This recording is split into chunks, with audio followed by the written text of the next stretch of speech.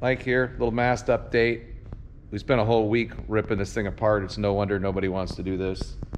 So, yeah, I'll show you some footage. Lots of banging and pounding with these guys. Impact drivers and other tools. We got all of these little bolts out without breaking any of them, luckily.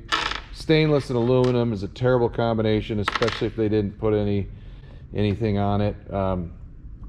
Got the boom bracket off, all these brackets off, everything stripped out.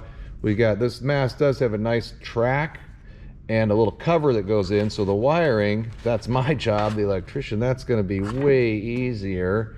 But lots of corrosion now, you can see everything's off of there. It's gonna get lots of sanding and prep, and we're gonna get it painted. But check out this footage of how much work it is. It's hard to put it on film here in the shop when we got people banging and pounding and trying to get every single little piece off from this thing. But we did it.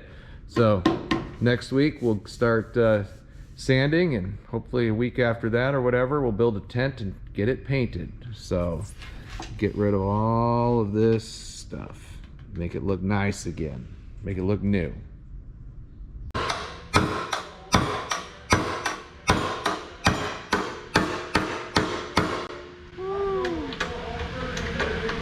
Rough.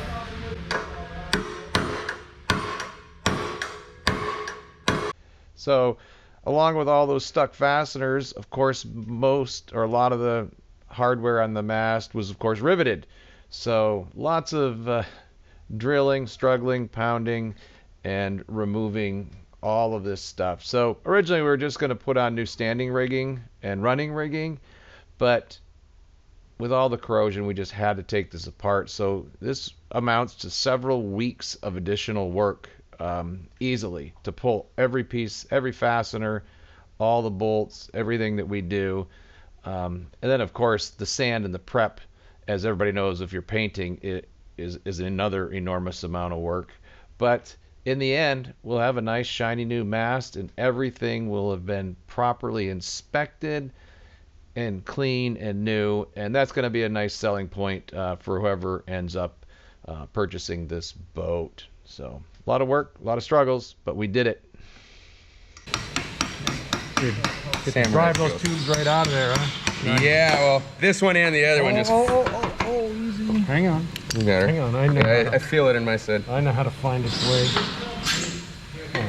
But these should be replaced, honestly, because check out this one. It's carved through by the wire.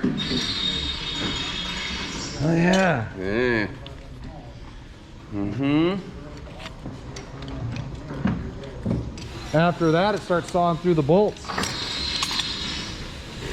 Isn't it? I found this on the floor.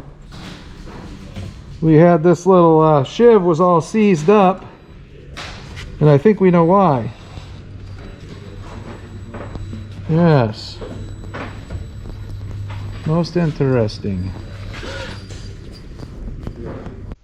When it came to the cleats, we had a little bit of a problem. The stainless bolts were completely seized into the cleat, and no amount of impact driver or anything would bust them free. So take a Sawzall to them and make them two pieces, and then we could get the bolts to unthread. Saved a lot of time, and cleats aren't that expensive. So it got a little hot there when Art went to spin it off, but he made a good use of a used COVID mask. So, and we had Cashel still pounding bolts out. Took a long time, but we got them all out. Okay. Nice. Cracked all the way. All the way through. It was ready to go. Like Master Car Sales polished stock. Yeah. Oh. Yeah. Yeah. Buy it. We haven't even cleaned it. That's just, that was 10 seconds. Don't waste any more time. No. Don't need to.